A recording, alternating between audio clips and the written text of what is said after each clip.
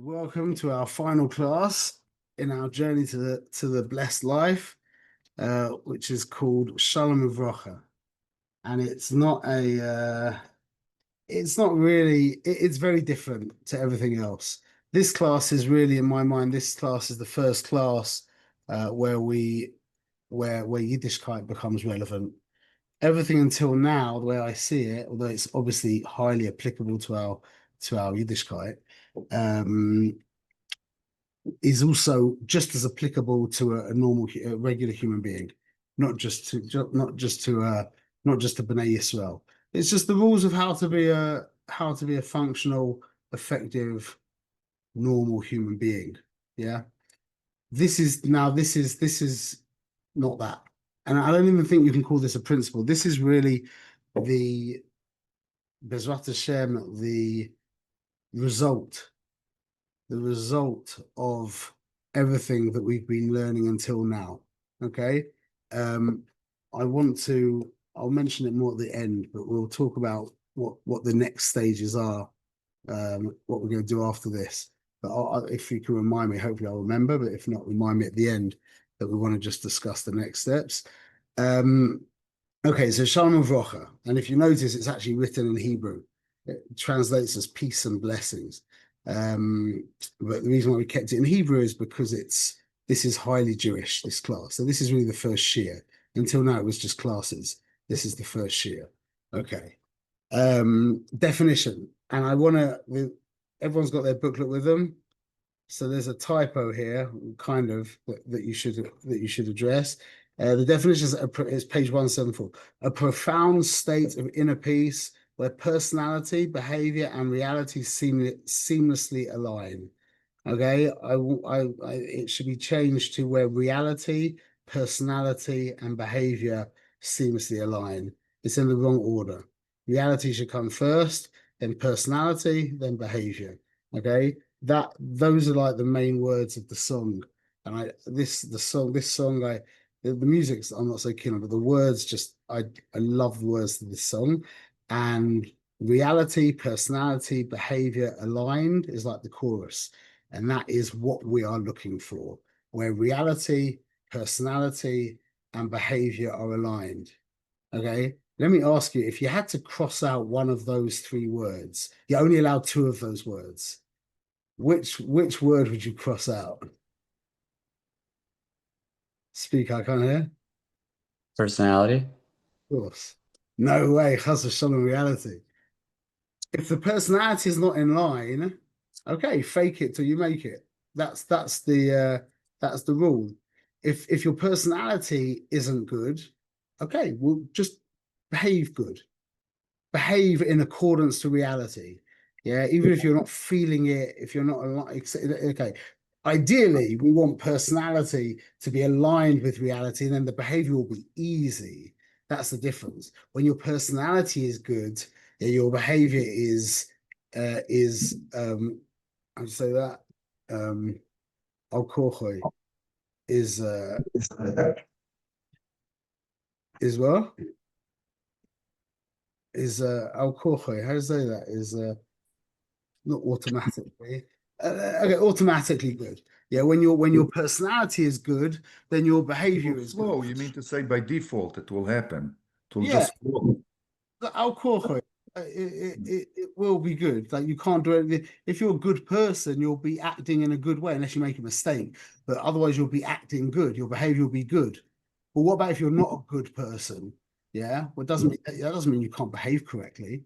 Just because you feel like you want to say something nasty to someone doesn't mean you have to say it. Yeah, you can always choose not to say it. So if we had to get rid of one of those words, yeah, if we had to, hopefully we don't, then we get rid of personality.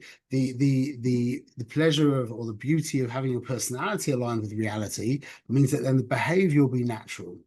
But remember, we're talking about this at length last night. Yitzi was in the share. Maybe I'll post that actually. It's very important, is that your behavior feeds back into your personality. As the Rambam says, if you want to be a tzedakah dikayid, if you want to be a charitable person, give charity all the time. Give as much charity as you can, and in small bits, so you're just constantly giving, yeah. Why? Because that behavior feeds back into the system and makes you more charitable. Yeah, you wanna not constantly snap and bite at your wife. Yeah, well then make an inner commitment that you're not going to.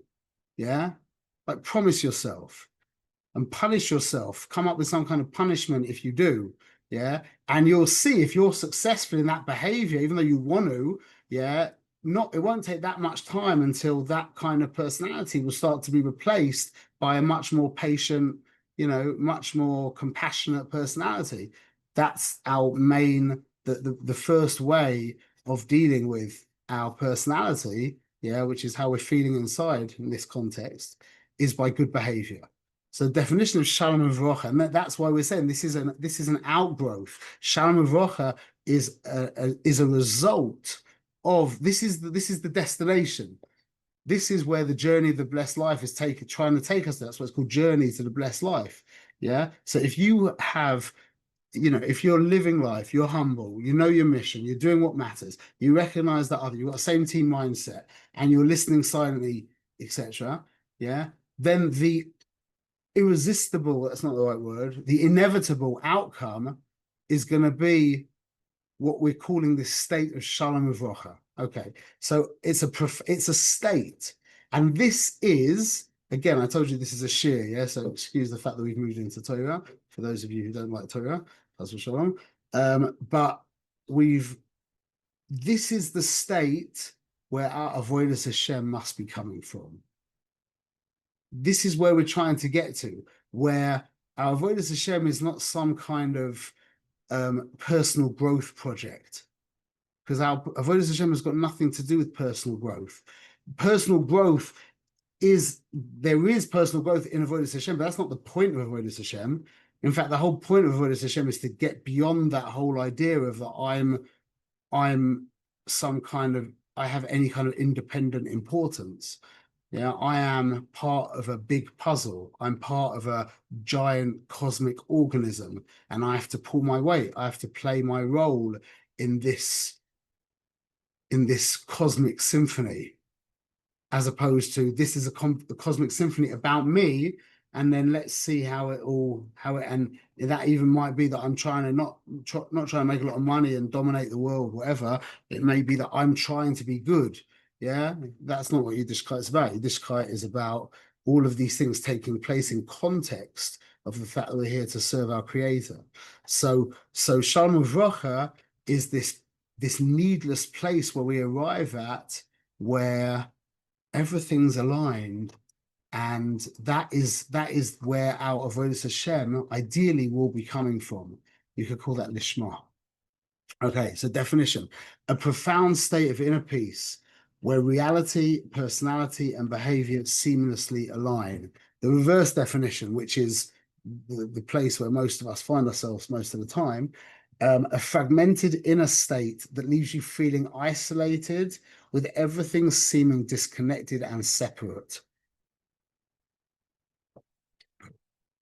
Anyone who's been in my shirim, anybody could replace that entire statement with one word: a fragmented inner state that leaves you feeling isolated, with everything seeming disconnected and separate.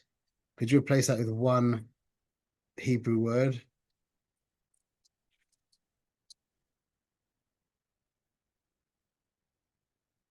Beginning with kuf. Klipa. Biduk. That is klipa. That is an experience of klipa, a fragmented inner state that leaves you feeling isolated, with everything seeming disconnected and separate. Yeah.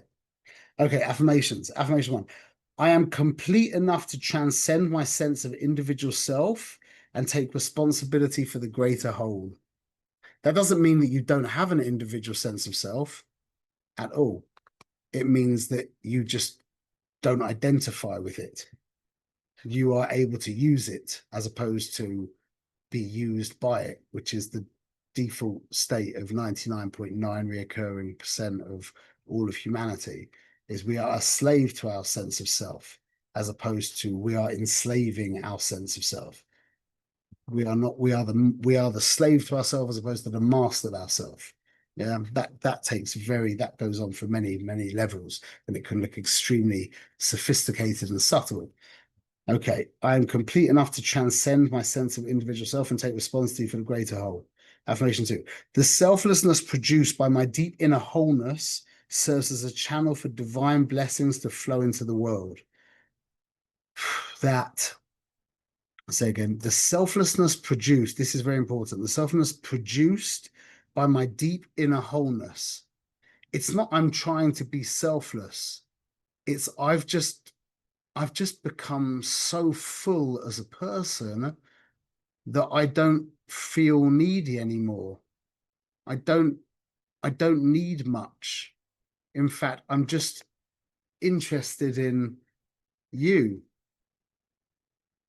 The selflessness produced by my deep inner wholeness serves as a channel for divine blessings to flow into the world. So you realize what we're really saying is you can't work on being selfless in a direct way. The only way you can become genuinely selfless is indirectly. That's an amazing idea. Like when someone says you have to work on humility. Okay, yeah. The only way you can be truly humble, this is really what we're talking about here, truly humble, is when your whole inner world is like, it's just become so healthy and full that there's not much need left in you. Okay, will there be no need left in you? Maybe by Rabbi Shimon Bar Yochai or Moshe Rabbeinu, maybe. But by us, there's going to be some level of need, yeah? That would be the definition of a complete tzaddik. But we can get to the point where that need becomes so subtle and so minuscule that it might as well not be there. It's batel b'shishim. It's nullified as a 60th. Yeah. So that selflessness is a product of my deep inner wholeness. Okay. Affirmation 3. I am ready to serve my creator, not for the sake of reward.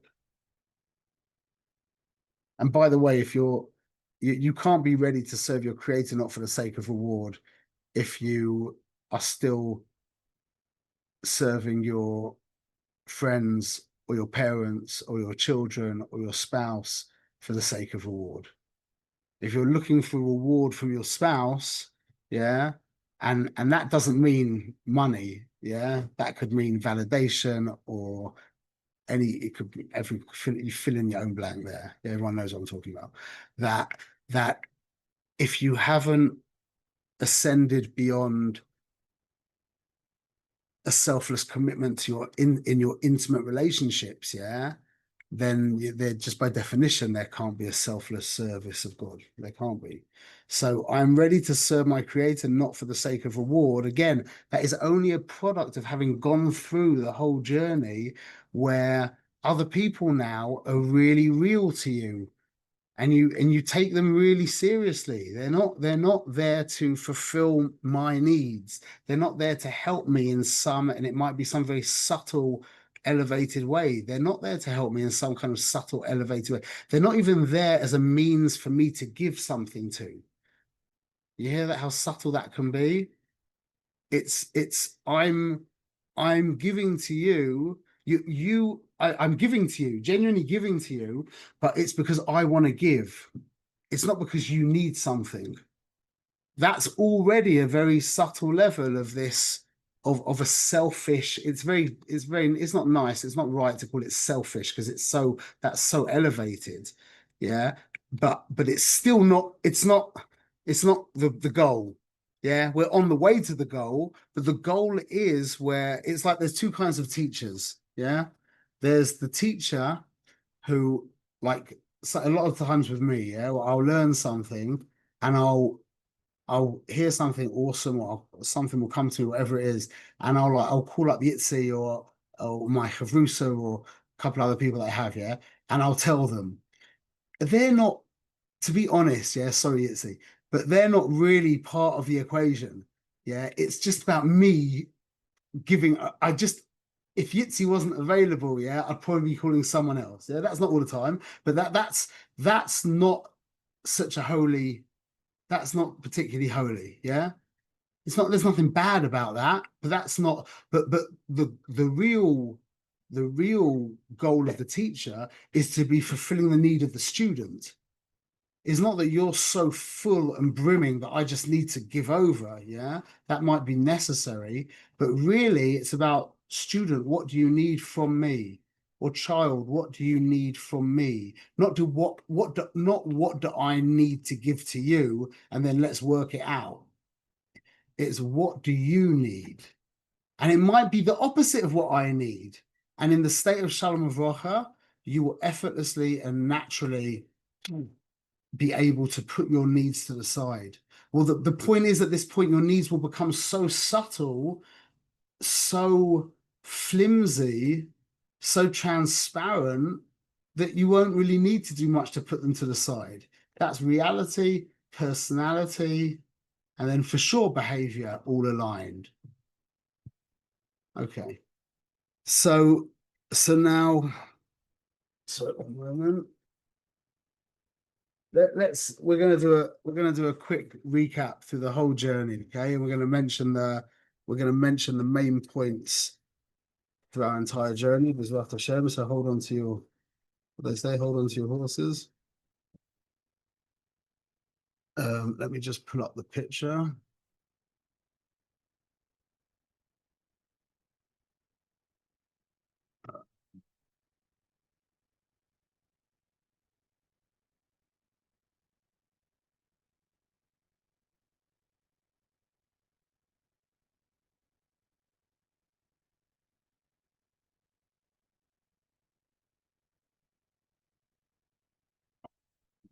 Sorry, let me do this differently.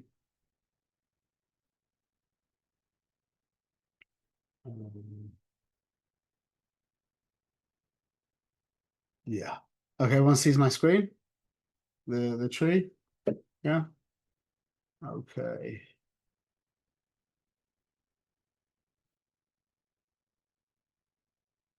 Okay, so this is our journey.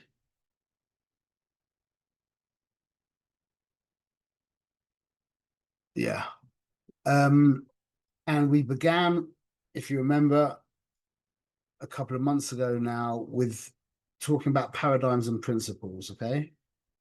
Paradigms and principles, we said principles are the way the world works. In context of Shalom Avrocha, that's called reality. Those are principles, okay? Paradigms, in context of Shalom Avrocha, is called personality. So reality and personality could be called principles and paradigms. Okay. Principles is how it goes. This is it. You walk off a building, you fall down. That's called gravity. Yeah. You want to respect yourself. You have to act in a respectable way. Just like if you want to respect somebody else, if somebody wants respect, like I say this to men all the time, men literally need respect from their wife, literally need respect from their wife. Yeah. And I deal with so many people who aren't respected by their wives. Yeah. And you listen to them speak for, just for a minute or so, and you don't say it. Maybe sometimes I do actually, but you're saying, listen, would you respect you? You know, how you're behaving? Would you be able to respect yourself? And they look at you and they're like, no, because there's rules to respect. You can't respect somebody who's not being respectable unless maybe if you're a really, really big person, you can really see into the very essence of who they are or see their potential, etc. Yeah. But a normal person can't respect somebody who's not acting in a respectable way, just like you can't trust somebody who's not acting in a trustworthy way. Yeah, again, you can't fudge that. That's a reality. You want to be able to trust yourself, which is the absolute prerequisite for love. Then you have to build a trusting relationship with yourself. You have to be able to know that when you say no to yourself, that's it, it's done. And if you feel that you can't, like somebody who smokes cigarettes, he knows if I just say finished, yeah, then he you know, there's a good chance that tomorrow he's going to be smoking again, yeah. Then don't say no. Don't do that to yourself. That's building trust. Having trust in yourself doesn't mean that you can just say no and stop any, addiction immediately. It means that you won't say no to that addiction because you know that you're going to break your word and you're going to work out a method of how to build up to be able to say no. But ultimately, self-trust is when you do say no, not that you can say no to everything, but when you do say no, done. Or when you do say yes, done. You with me? Everyone just give a thumbs up just so you know we're all on the same page. Yeah. That's self-trust. Self-trust means that when you do say yes, it's as good as done. Bezrat Hashem, everything being equal. And if you do say no, it's as good as not done. Bezrat Hashem, everything being equal. Okay. So that's paradigms and principles. And that was really that's like the final class. Or it was the very first class, because we were saying you have to align your paradigms with your principles. That's the result. That is Shalom Uvracha. Your paradigms, which is your personality, is now aligned with principles, which is reality. And that will lead to perfect behavior. So we've gone through the whole journey. We really began the first part of the journey, explained what our destination is, and this is our destination. Even though, by the way, I do understand that we didn't really arrive here. It's just 8 weeks. This is like, this is more than 8 weeks of work. But we'll talk about that in a bit, B'ezrat Hashem. But at least we've kind of delineated and introduced the journey to us. Okay, so that's paradigms and principles. Before we even know that, I suppose that would be like not even in the picture. That would be analogous to like the air around the picture, not knowing that. Yeah, that isn't, you're not even living life. I don't know what you call that. Yeah. So now, once we've established that this is how reality works, there are principles and then there's paradigms. There's reality and then there's me, in a sense. There's my personality. Yeah. At that point, we are needy. Okay, we are extremely needy, yeah, which is dependent, and that is pre-self. You're not even a Metzius. You're not even real. Yeah, you're just a graphic in somebody else's game. That's a scary thought. Yeah, and you are a victim of your life before you've decided to actually proactively engage with life. Yeah, you're a victim of your life. The decision to proactively engage with your life and to stop just expressing this program that's part nature, part nurture, yeah, is called the principle of live life. Okay, where I choose to proactively live my life as opposed to be lived by my life. This is the beginning of your relationship with yourself. Now, don't think this is the consummation of your relationship with yourself. The consummation of your relationship with yourself is do what matters. Yeah, because it's all very nice to have decided that you're going to be living your life, but if you're not actually doing that, then that's these all work together. Yeah. So the step from not living life to living life is the greatest step of the entire journey. It's an infinite step. It's a step from not being to being. It's a step from being lived by your life to living your life. It's a step from being a victim of your story to being the hero of your story. So this is an infinite step. This is from 0 to 1. From here on, it's numbers, but this is from 0 to 1, and this is now the beginning of the process of becoming independent. Whereas where that means I'm not a function of your moods. I don't exist in context of your moods. I don't exist in the context of the weather. I don't exist in context of the economy. I don't exist in context of something. I'm independent.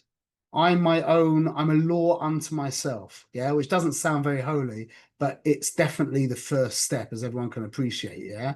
I'm not dependent I'm not dependent on dot dot dot, whatever you want to fill that in. Yeah. And that is, like we said, that is transitioning from being the thermometer, which is thoroughly dependent, to the thermostat that is thoroughly independent.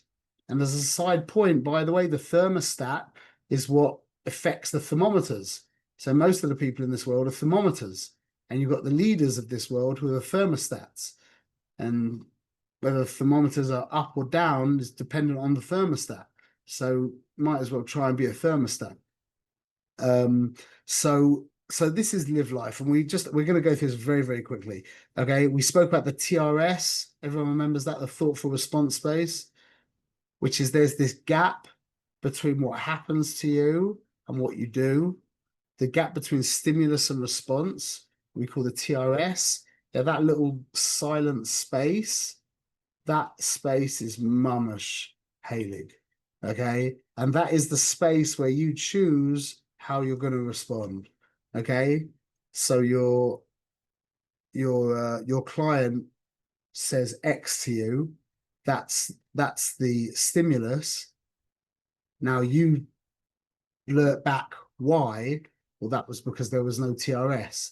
Whereas your client says X to you, now you sit there silently, maybe for half a second, maybe for 10 seconds, but at least there's some kind of silence where you now delve into your heart and into your mind and decide what is the correct response. Not what is the reactive response, but what is the correct response aligned with reality to the best of my knowledge and understanding. Okay, that's the TRS. We spoke about the forget it and the fix it matrix. People who are living life spend all their time involved in what can I fix, as opposed to what can I not fix. They let go of what they can't fix. And remember, there's two ways of fixing stuff. There's direct control, which is like your behavior. You have direct control on what you say and what you do. And then there's indirect control, which means you can influence. For example, if you have children and your children aren't behaving correctly, yeah, then you don't have direct control over that, but you can try and influence them. Same with employees, even same with employers, by the way. Very much, if you have an employer who is not behaving correctly, you actually have influence on that person. You don't have direct control, but you can influence even your employer or your parents, etc. You know, that takes a very high level of proactivity, a very high level of living life, but you do have that available to you, Bezrat Hashem. Okay. We spoke about language. Anyone remember that the word that I suggest to be the first word to eradicate from your vocabulary? Can't. Okay, the one that I was thinking of.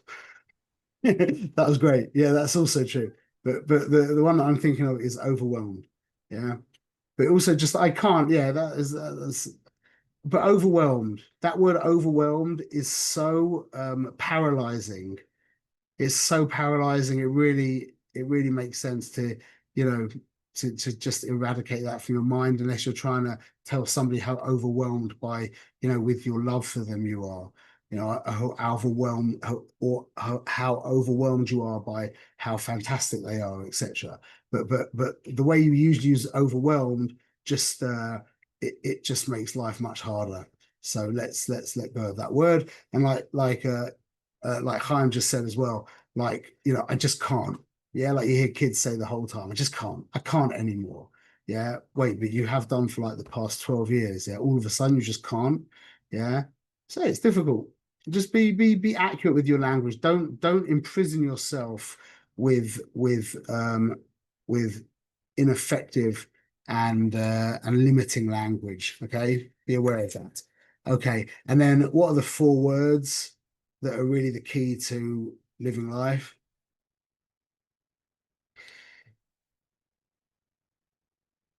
I'm assuming that everybody just is not chiming in because they don't want to cut everybody else off. making and keeping promises.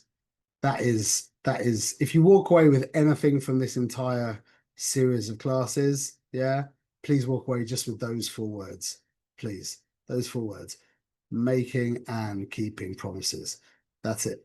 That's the foundation of the whole thing. That's the beginning of our relationship with ourselves.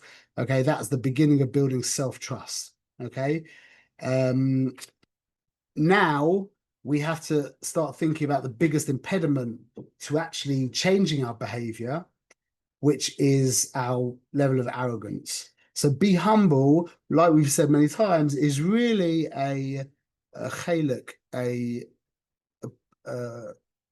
part, is really a is really part of live life. Yeah.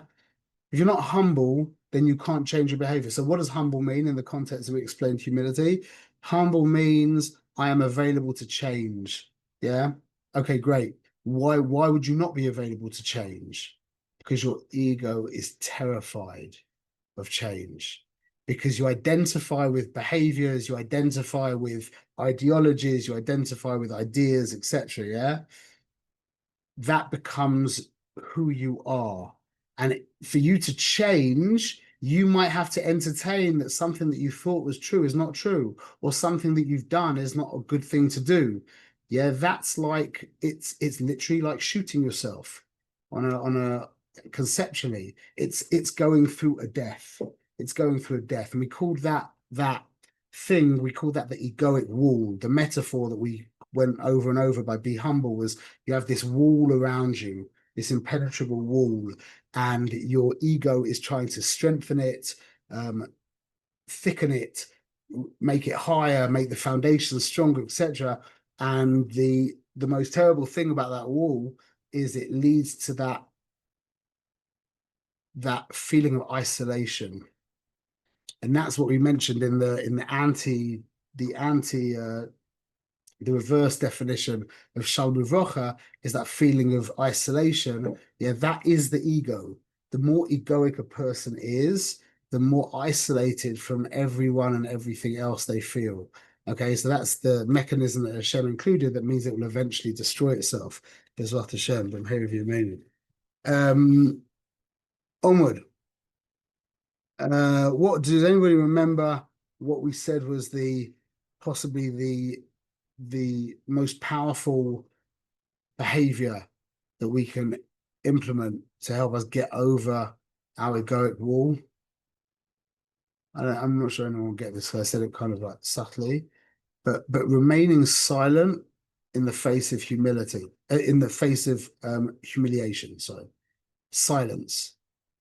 But that doesn't mean like when someone does that, it doesn't mean that you shouldn't say something. You might have a halachic obligation to correct that person's behavior, but internally, a great example of it is if you have children and your children are chutzpahdik to you, yeah, then the behavior and there needs to be a response to that behavior. There needs to be, yeah, but that behavior should not be coming from a personal place of feeling slighted. Yeah, if you can maintain that silence when things don't go your way, yeah, like we spoke about that camping trip that I had where I got gout on the and we had to cut it short. Been looking forward to it for so long. Yeah, if I had some kind of inner silence when I had to deal with that situation, yeah, then that situation turned from a nice camping trip with my family to an incredibly godly experience. People talk about a godly experience of with psychedelic drugs and stuff like that. Yeah, that is not a godly experience.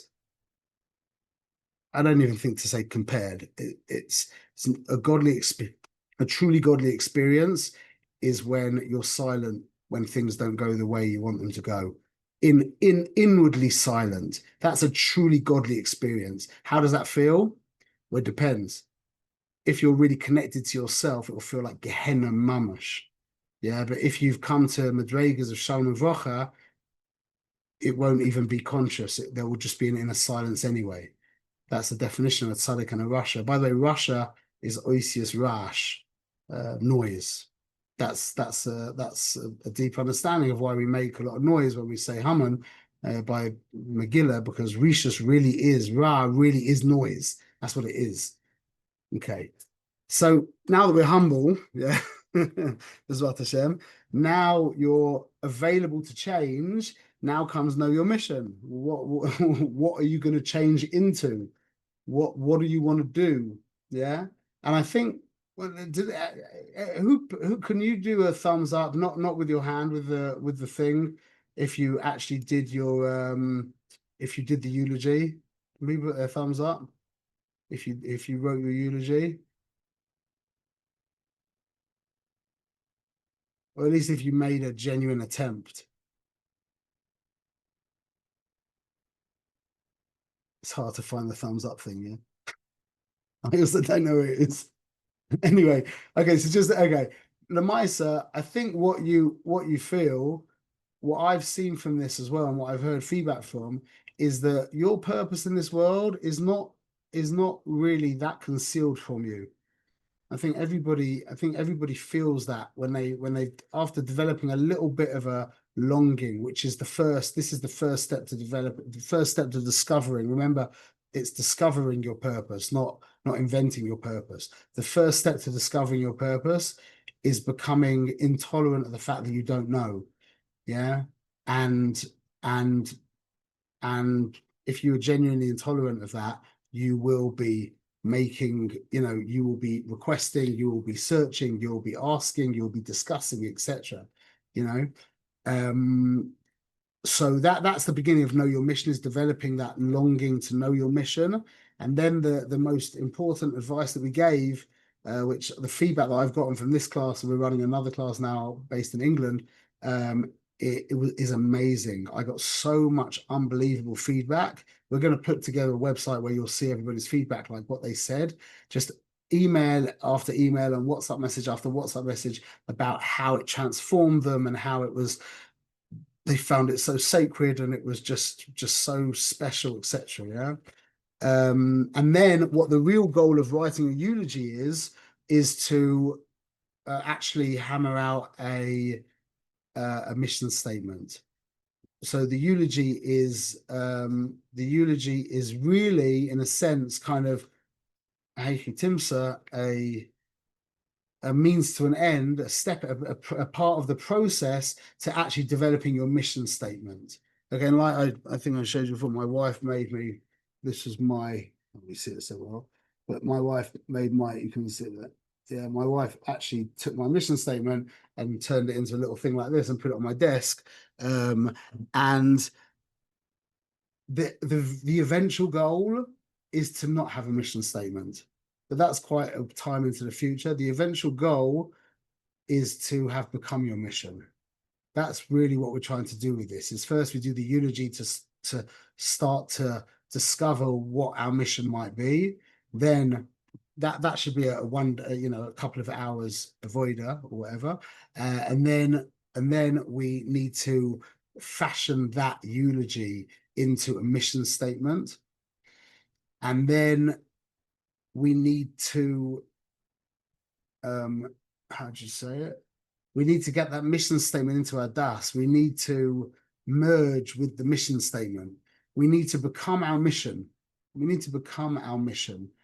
We don't want to have a mission. We want to be a mission, which is, by the way, I'm not going to explain, but that's really what a protein is, by the way. If you want to research that for yourself, just type into Chat GPT another time, what is a protein and how does it work? You'll see that that's what it is. I think, in my opinion, a protein and a malach, a protein is just a physical malach. Yeah, a malach is a configuration of, a malach is a mission. Yeah, and a protein is its mission. And if we can become our mission, remember we said the word, and with this we'll transition into do what matters. The essence of doing what matters is discipline. And do you remember how we described discipline? Remember what we said the etymology of discipline is disciple. Becoming a disciple of your mission. Or even, I think the nicer way of saying it is becoming a chassid of your mission. Yeah, I think that's better than being a chassid of some guy you choose. Yeah. being a chassid of what you've discovered that you are here to do. Become a chassid of that. Completely nullify yourself to that. And you'll find it's funny because it sounds like, oh, that's so like, I just become a doormat. And like we said over and over, you don't become a doormat. You become the floor upon which the doormat is placed, meaning you become reality itself. You become everything. It's the opposite of being a doormat. So do what matters. The essence of do what matters is becoming your mission. And one of the ways we help ourselves do that is by working out what our mission isn't. And we presented the do what matters matrix. Remember, urgent and important, important and not urgent, urgent, not important, and not important, not urgent. That there's the crisis zone, there's the impact zone, there's the distraction zone and the nothing zone. And we need to be aware, when you decide that you want to buy that bag for your camping trip, and now all of a sudden, you've got like a bunch of stuff to do for work, but all of a sudden, all there is in your life is this camping bag. And you're on Amazon researching, and then you find something that's kind of good, and then you start price checking it with other promo stuff. And after 3 hours, you're ready to make your purchase, and you've got like 10 urgent emails that got left to the side. That's called the distraction zone. That's urgent, Loshen urge. But it's not important. So once you can get really clear on things that are urgent, they're urging you, but they're not important, you're in a good position to just let them go, And the more of that you let go, then the more you will find yourself involved in things that aren't urgent, but are important, which is the values aligned with your mission, And the more you're involved in things that are important and not urgent, you'll find that the things that are urgent and important start to get less and less and less. And your life becomes, well, it's funny because your life becomes incredibly urgent, but it's always your own inner urgency. There's nothing on you there's no deadlines that you're fighting to achieve, because you're living in such an aligned way. You're living in such a purposeful kind of way that you never, it's not even a thought in your mind to miss a deadline. Deadlines are, they're all, you say, oh, it will be done by so and so, but it will be done well before that. That you don't need the deadline, because your own inner, you're being driven by your inner, by yourself. You with me? So it's like we said, a businessman who, real serious businessman. I made a joke. I don't know if I told you this. I once did some filming for Rav Berkowitz. Everyone knows Rav Yitzhak Berkowitz. In Yerushalayim. He's a big tzaddik and a big Talmud Chacham in my opinion, whatever that's worth. I really think he's a very special man. I went there for a good few weeks, and we set up the cameras. He would like come, I can't remember the exact time, let's say 7 o'clock. We would get there at like 20 to 7. He wasn't there, and we'd have everything set up. He would walk in like on the dot 7 o'clock. Big smiles, really relaxed and whatever. And he'd just walk in front of the camera. He'd do his thing. And then like 12 minutes later, we would be packing up and going. And that was it. And I remember at the end of it, I cracked a joke because it came to the end, and we'd been doing it for a good few weeks. And so I said in front of all the people there, like, Rebbe, this is the end of it. Maybe next week we could just like kind of sit down with a beer and schmooze. And it was so fun if you saw everyone's face, like the idea of like of that kind of interaction with that man who was so aligned with who he was. So it's like, what causes him to turn around at the end of the filming session exactly at 7:12 and go, okay guys, this was great, I think you're great, okay, and just walk out? It's not him who's making the decision, it's his mission. It's his mission expressing itself, saying, okay, this section is done. Now we need to move on to my next. Now the mission needs to go further. So it's like, you don't even need to start. You don't need to kind of police yourself.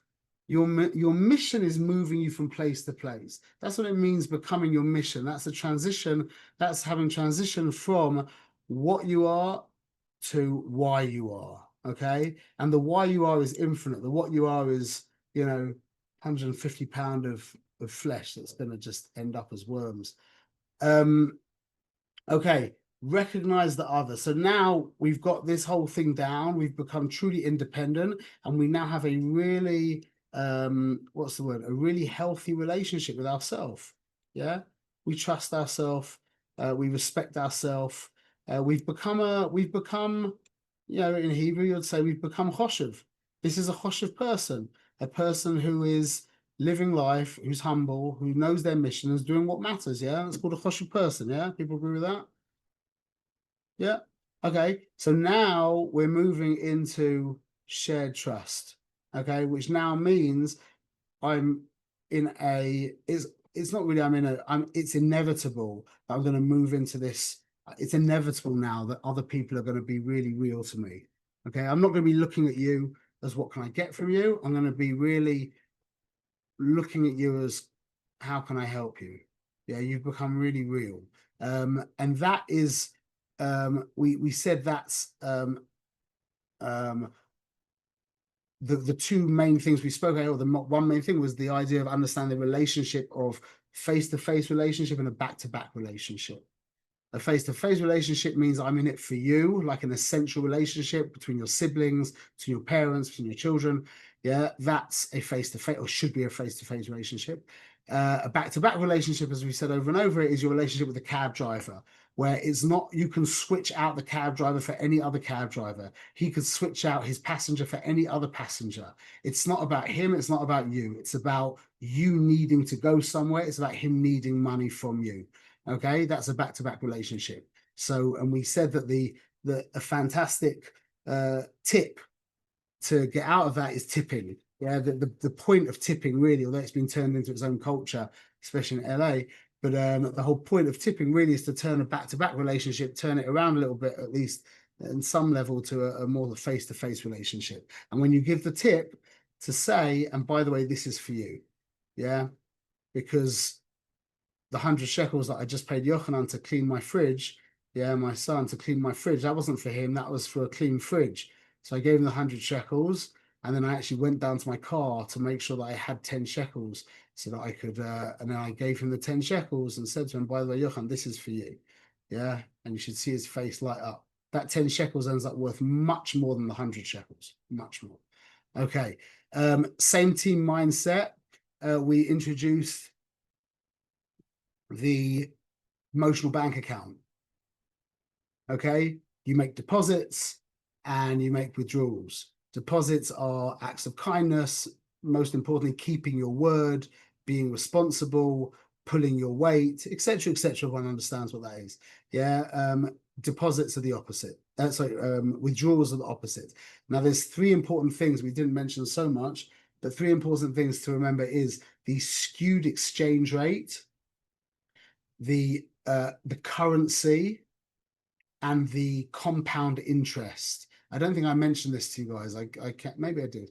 The skewed exchange rate basically means that I remember good stuff that I do to you and forget bad stuff that I do to you. And you remember the good stuff you do to me and not the bad stuff. And I remember the bad stuff you do to me and not the good stuff, etc. You have to remember that. Yeah. When you give, if you have employees and you give them you give them a rise. Yeah. But 2 days earlier, you shouted at them for doing X, yeah, then the chances are 2 weeks later, they won't remember the rise and they'll remember the fact that you shouted. And you will remember the rise and forget the fact that you shouted. So just be aware of that. Yeah, that we call the skewed exchange rate. But then there's the currency, which I've found out my wife doesn't appreciate any kitchen utensils as gifts. Yeah, that isn't a deposit for her. Yeah, even if it's like something really expensive, if it's for the kitchen, that's not the currency that she deals with. Yeah. Whereas if I buy her, like, a piece of jewelry that's, a fraction of the price, yeah, that will actually that will mean something much more to her. So there's the currency, and then this is probably the most important idea, is the interest, the compound interest. As the bank account gets healthier, it becomes easier to make more deposits. Like the richer get richer, yeah. We got $1 million, it's easier to make, make money than when you got nothing. Yeah, so that's the compound interest. When you're in a healthy place in your intimate relationships, they get healthier. Yeah, that's just how it goes. Interest, that's how it works. Okay. And then last week we finally got to listen silently, then speak clearly, which we just introduced. We just gave it a summary just before, which is basically the keys to communication. And communication is where, like, so to speak, this is the listen silently and speak clearly, although the diagram doesn't represent this very well, but listen silently and speak clearly is really the mirror, or the between man and his fellow of do what matters. It's the consummation of the between man and his fellow. Yeah. And this is called interdependent, where you're now not only not needy, but you actually become needed. And this is amazing. Interdependency is amazing. Yeah, it's not the ultimate goal, but it's amazing. And to have achieved interdependency is a fantastic achievement. It's monumental. Like I said, it's not the ultimate goal, but it is monumental. And now this is a really beautiful way of saying this. It's like we've got needy, not needy, needed, and then we get to needless. Yeah. Pre-self can be described or represented by the number 0, if that's a number. I'm going to just get off of my screen share now.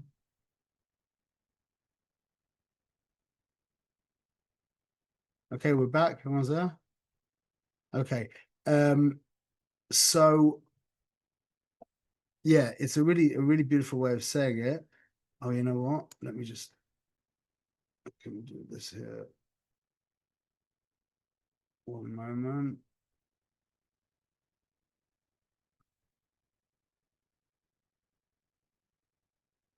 Should have done it earlier. Okay.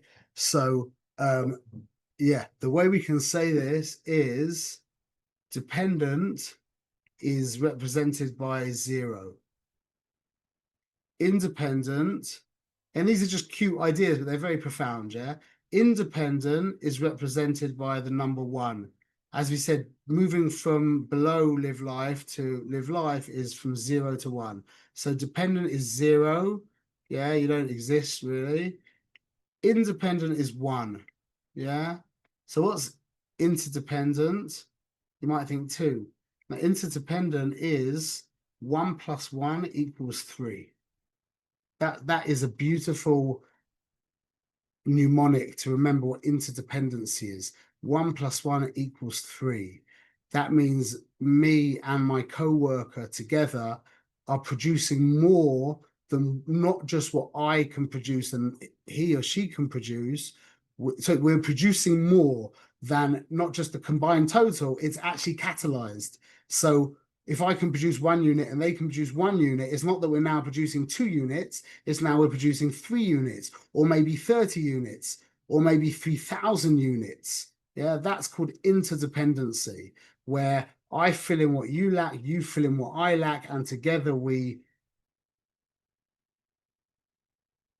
blossom. I don't know what you call that. Okay. And then, so what's Shalom V'Rocha? Anybody want to try? I'll be amazingly impressed if you get that. According to what we just said, if dependent is 0, independent is 1, interdependent is 1 + 1 = 3, what would transcendent be?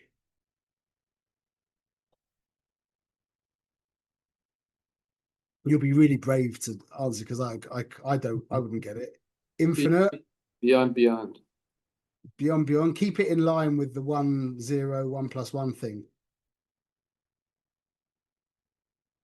10, maybe. 1 plus 1 equals 1. That's transcendent, where all of the multiplicity of this world just dissolves. And you're not living in a fragmented world. You're living in a completely unified world. Everything's unified. And it doesn't make a difference to you whether you're in the kitchen, whether you're in the dining room, whether in your bedroom, whether you're in the shul, whether you're in Chas v'Shalom, the operating room. Yeah. It's all just one. That's Shalom Uvrocha. That's the ultimate level of Shalom Uvrocha. 1 plus 1 equals 1. That's called transcendent. And it doesn't mean now that you become aloof from the world, bichlal. Doesn't mean that at all. It's the exact opposite. I think from my knowledge of people, if you were to ask me who's like the most transcendental man of at least of the modern era, I'd probably nominate the Lubavitcher Rebbe. Yeah. And I don't know if there was a man who was more involved in this world than he was. You know, that is the true, from how I understand things, the true revelation of having become transcendent is an insane involvement in this world. An insane involvement in this world. But you'll see when people are with you, they won't feel that they're in this world. You'll to say it. That's the experience of being with a tzaddik or a tzaddikus, where they're there for you. I remember meeting the Boston Rebbe one time at my Rebbe's bris. If anyone we're going to go over a little bit over. Sorry, if anyone needs to run out, no offense will be taken. But I was at this bris. He's a big macher. My Rebbe is like a very, very well-known, important person. I've got loads and loads of people at this bris. And it was before I was married and I was dealing with this terrible, difficult shidduch thing that I was going through. And I was in a lot of pain.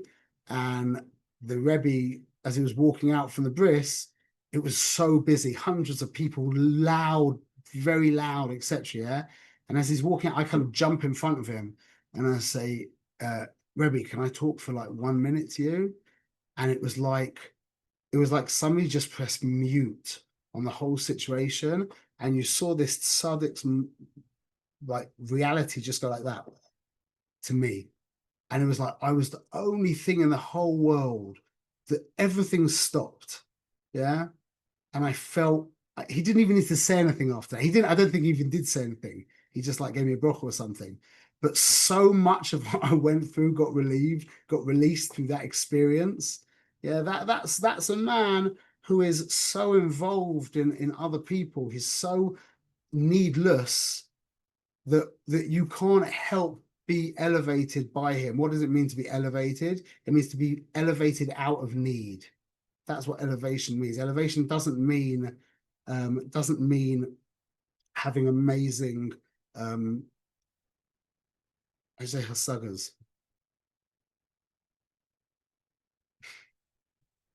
Perceptions. It doesn't mean having amazing perceptions of reality, of whatever. Yeah, it means becoming needless, the way I've understood it. And other people might call that enlightenment. Okay. When you get to this place, B'ezrat Hashem, when we achieve this place of being, let's call it full, yeah, that's why it's called Shalom Uvrocha, because brocha is the idea of overflowing. You got the image of the kois shabrocha. Yeah, the idea of when the kois is full, yeah, keep pouring and it pours. I remember when I was with Daniel Katz, Rabbi Katz, in his Tulum retreat, yeah, for Kiddush, he poured wine into his cup and he must have poured, maybe 50% more than what would fit in the cup. And it's just pouring down. And I love that image of just, there's so much and it's just pouring, it keeps pouring. That's the experience of when we become completely needless. Yeah. And again, there's not completely needless is not real for most of us. but at least becoming much more needless. Yeah, and the more needless we become, the more the bracha falls out. That's what it's called, shalom uvracha. Shalom is from also the word shalem, which means completion or fullness. Yeah, being complete. So that's the concept of shalom uvracha, is when you have become this kois male, this full cup. Yeah, then, well, where does the rest of it go? It just pours out around you, and everybody else gets elevated by that excess wine. Bezrat Hashem. Okay, and we'll finish by one. This is really the essence of everything. So if you can stay with us for a little while longer, I'm sorry to take more of your time. This is transitioning. I'm going to give it in context of being a husband, okay? Because that relates to me. I appreciate some of you are married. I appreciate some of you are wives. But from my perspective, because I can relate to this. There's and anybody who's been to any of my shirim knows we've spoken about this endlessly, but this is in context now, blessed life, is that there's the husband who is trying to be a good husband. And there's the husband who's really married to his wife. Okay, what's the difference? The husband who's being a good husband, he has a bunch of stuff that he needs to take care of to be a good husband. Yeah, you can't be a good husband if you're not paying the bills. Yeah, if you're not paying the mortgage, if you're not cleaning up your plate after you eat. I'm just making stuff up. Yeah, if you don't take the trash out, if you don't put your socks in the laundry, yeah, your dirty socks in the laundry basket. Yeah, if any of those things aren't taken care of, yeah, you're not a good husband. So now in my life, I've got 4 things I have to deal with. I have to pay the mortgage, I have to take out the trash, I have to whatever, put my socks in the laundry. Yeah. So where's my wife? You realize that this is a very painful thing to say, but if that's the reality you're living in, you could switch your wife out with any other woman. You could switch your spouse out with any other person. If it's about me being a good husband, or me being a good parent, or me being a good child, or then the parent to the child, or the wife to the husband, or the whatever it is, the child to the parent, they're not really there. What they've been replaced with is a checklist. I know this is very hard, that it's very powerful and hard to hear, but you know, we're working towards this, that the whole time, Cole's mum, that I'm interested in being a good husband. And by the way, that's much better than not being interested in being a good husband. Yeah. But that's not the goal. The goal is that all those tasks, yeah, they dissolve to what? To your wife. As a husband, that's the goal. As a wife, the same. As a parent, as a child, as even as an employee, as an employer, whatever it is the situation demands, yeah. But definitely in the intimate relationships, that if I stop caring about being a good husband and I start to become ultimately aware of my wife herself, then there's no dishes, there's no dirty socks, there's no mortgage. There's just an endless expression of my wife in this circumstance, in this time, in this place, etc. That's the essence of Shalom Uvracha. The essence of Shalom Uvracha is that the 613 mitzvahs dissolve to mitzvah achas, to one mitzvah. That's called tzaddik be'emunah so yichya. The tzaddik is living in one. There's one mitzvah to the tzaddik. One mitzvah. There's not 613 mitzvahs. This is just a cute little thing. Is if you add 6 and 1 and 3 together, you get 10. Yeah. Then if you plus 1 and 0 together, you get 1. Yeah. Michael Novak would like that. But that is the essence of Shalom Uvracha, that all of the multiplicity dissolves and you're living in a oneness. That's called a transcendent existence. And that is where ideally our avodas Hashem is going to be flowing from. That we're not looking, we're not looking for Olam Haba or to avoid Gehenna, forget that. We're not even looking for meaning. We're not even looking to feel close to Hashem. That's an amazing idea. That's not driving you, that you feel close to Hashem. What's driving you is Hashem, not that you feel close to Hashem. You hear what elevation we're speaking of here. That is the goal. Not even giving nachas. Don't get me wrong. Wanting to give nachas to Hashem is a fantastic thing, yeah. But that's not the goal. The goal is, it's not about me giving nachas to Hashem. It's just about Hashem. And I think that was really the message of Avraham by the Akedah, the very panemius of the message.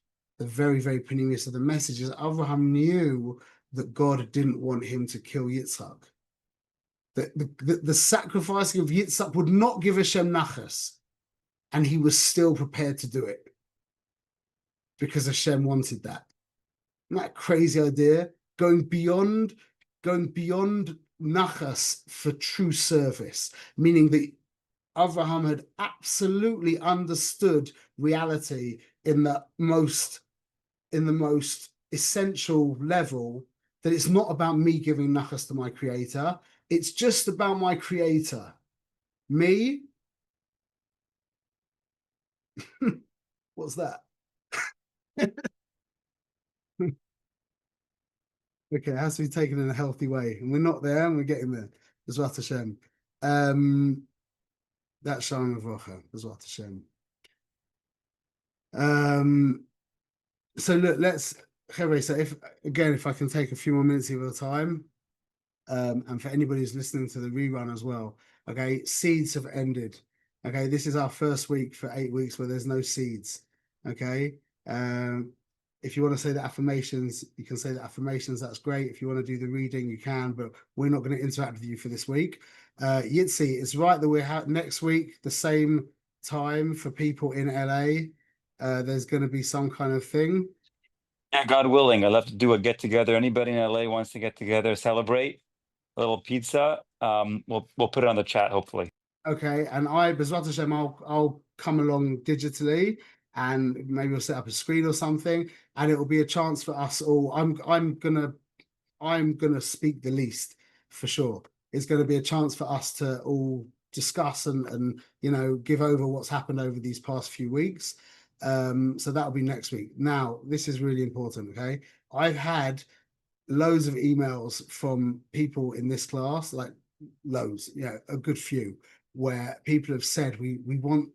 This is like someone mentioned just now. No, yeah, I think Eva was saying it before we began, that we want more. People are saying we want more. This isn't. We need to go more. So what we've taken on is I've actually teamed up with my brother-in-law now, because this to what we're calling it living the life. Okay, it's going to be the plan is a 10-month extended class, which is not going to be like, there's not going to be a class every week like this. It's going to be, we're not exactly sure how it's going to be, but there is going to be one WhatsApp message a day. Not going to be 3 WhatsApp messages a day. There's going to be one message in the morning, which is going to contain a seed, hopefully a really high quality, good seed. What's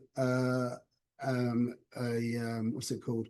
A very quick quiz like we've been doing, and a little bit. It's going to be a full WhatsApp message that you will be able to engage with on whatever level you wish. Okay, what the goal is to take each, it was a good class to talk about this afterwards, is to take each of the principles. And if you notice, just for example, when we spoke about live life, that divided down into 4 main things, which was the thoughtful space response, the TRS, the fix it, forget it zone thing, language, and keeping promises. So what we're doing, Bezrat Hashem, is we are taking each of the principles, we are dividing it into the 4 most foundational components, and we are stretching out those 4 components over the whole week. So from the pizza party, we'll begin, and there will be 6 days of content on the TRS, including, there's a lot to share, including a new song. Yeah. So that week, the goal is that you will become absolutely obsessed, fascinated, and immersed, not in live life, but in the thoughtful response space. Yeah. The week after that, we will go into the fix it, forget it section. And again, and you will be invited to engage with it as much as you like or as little as you like. Okay. And the goal will be to do that and stretch it out over 8 to 10 months. Okay. So that's for anybody who wants to go Visor. What we're asking for money wise, yeah, because we need to kind of monetize this a little bit now. We're getting to the end of our grace period. Yeah, we're asking like this. Yeah, there's a recommended donation of $200 to be a part of this ongoing Live the Life program. Yeah, if you would like to give $400, yeah, then Gesundheit, you could do that. If you don't have $200 and you would like to give something, then you can give $100. And if you don't have anything, then you don't have to pay anything. So that's what we're suggesting, a $200 donation. If you want to give more, it will be really helpful. If you want to give less, Gesundheit, and if you don't want to give anything, I will act as if you gave $400 still. Okay, so we're gonna put that out, and that'll be. But we are going to be building it as we speak. So there will eventually be a booklet available for it and stuff, but that's not available right now. But hopefully it will be a really. There'll also be like get-togethers where we can schmooze digitally, and the idea of partnering up with each other and stuff. But what the goal is to make it as engaged or as disengaged as you wish, because I know everybody's got different kind of schedules. Some people really want to jump into this full force, and other people are like, yeah, I'd like to just be, pinged, once a day and see if I want to be involved. So it will be like that. You'll be responsible for yourself, and you can engage as much as you wish or as little as you wish. That's the goal. Okay, that's it. We should all be Shalom Vrochad as well to Shem. And I've enjoyed this. Hope you guys have. And we'll see you hopefully next week for an informal kind of schmooze and just discussion of how it was. Is there a song, Rabbi? Oh, good. Sure. Yes. Let's do it. 1 minute. This is my favorite. This is my favorite. The words, at least, my favorite. 1 minute.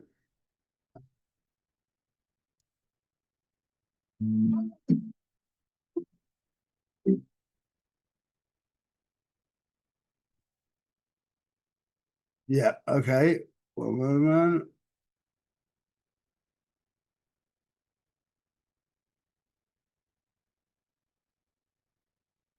Oh, wow. That went wrong now. You can't see a video, can you? You see a video? No, sorry. Try again.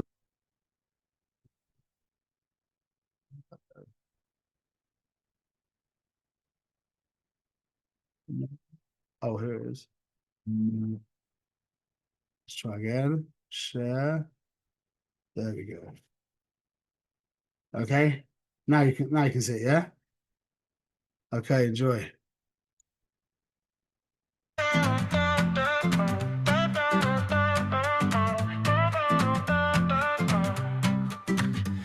A thousand scattered duties pulling me apart, disturbing my mind, overwhelming my heart. The dishes, the mortgage, all the things I must do. In the state of Shalom, they all dissolve into you.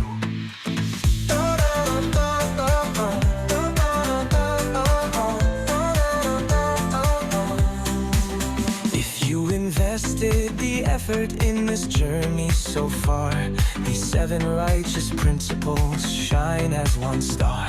Like courses through our veins and penetrates our bones, it will illuminate from within and then overflow.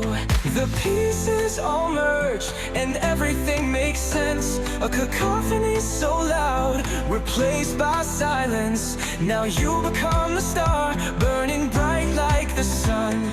Now you see clear, other than God there is none. Shalom and blessing, you'll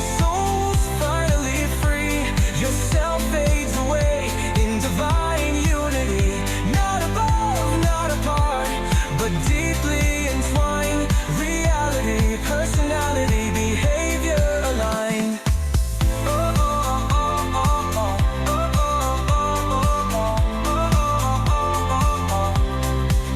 No longer endless, fragmented acts. No longer torn by contradicting facts. Oneness replaces many with resounding peace. A harmony so deep, all divisions cease. Shalom and blessing. Your soul's finally free. Yourself fades away in divine unity.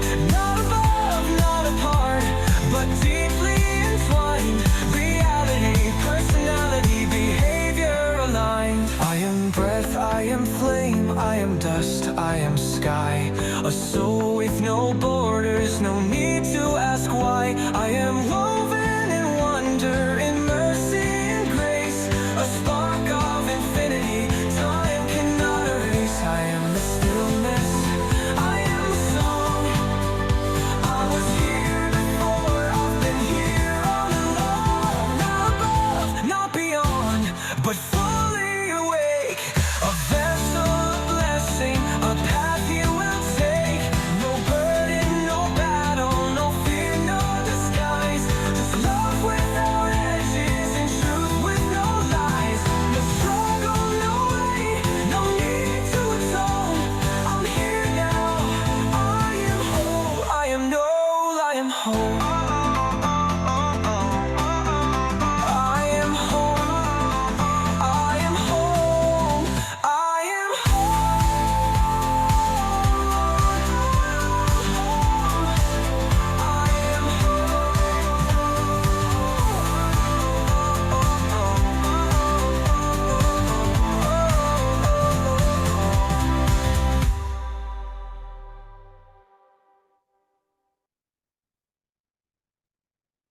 Wow. That was great.